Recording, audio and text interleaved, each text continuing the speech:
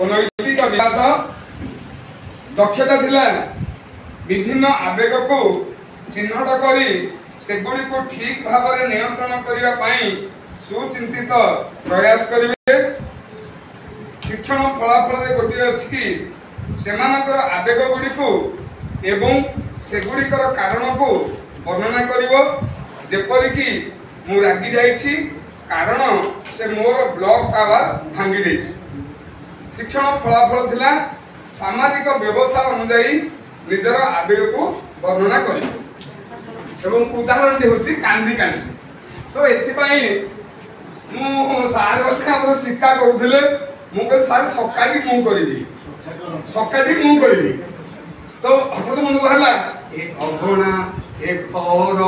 ए दांड दुआर तो एमिते भागले सार बना हसंदी हसला भीतर मु किते लिखिछि ए कलम ए सांग ए बही पतर मोते कोला पर आज भोला शंकर ए कलम ए सांग ए बही पतर मोते कोला पर आज ए भोला शंकर हे शिक्षक ए पिला मो कलम भांगिला मु केमिति लेखिबी से एड़े चगला से जानिनी मो बापा आज गाई करिबे माँ माड़ दे मोते घरु तोड़िबे मु कौन कही देवी तांकु उत्तर ए कलम ए सांग ए बही पतर मोते कोला पर आज भोला शंकर अरे बगुला ए चगला ए भोला शंकर तू कहीं की भांगिलु कलम तार अरे बगुला ए चगला ए भोला शंकर तू कहीं की भांगिलु कलम तार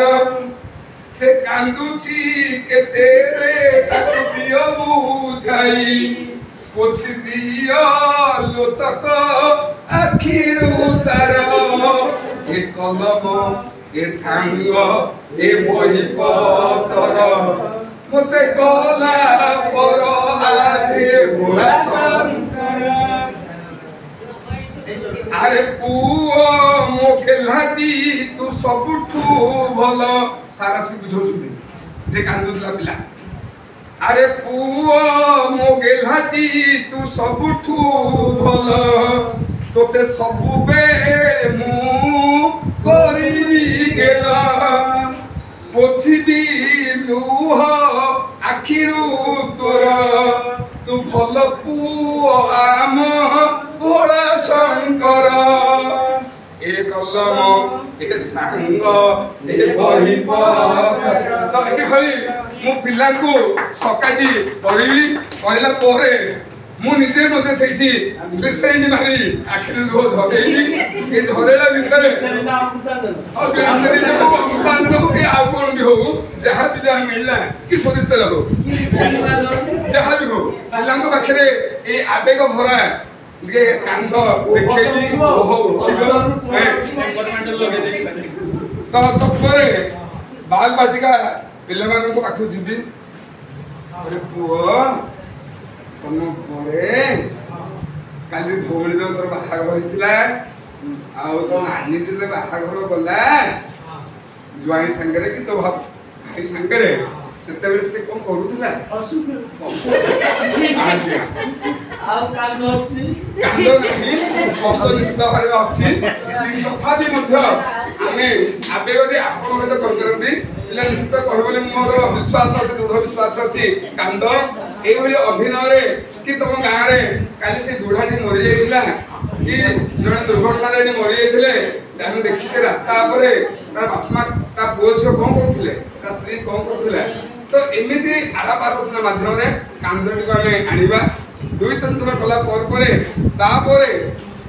आमे प्रथम श्रेणी को बा समस्त को चित्रकार देखिबा कोठी के हसुची के कांदुची के मध्य मनकर रागी जाइछि तो एमती मुझे आक्शन करी आक्शन कर कि पिले एटा कांदिबा एटा हसिबा कि एटा मजा करुचे कि एटा गेल करुचे द्वितीय पिला मानकु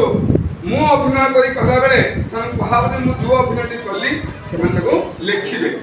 तो एमती दुई थर खंडे विभिन्न अभ्यास करला पर से पुणी घरे आमे कौन कौन सब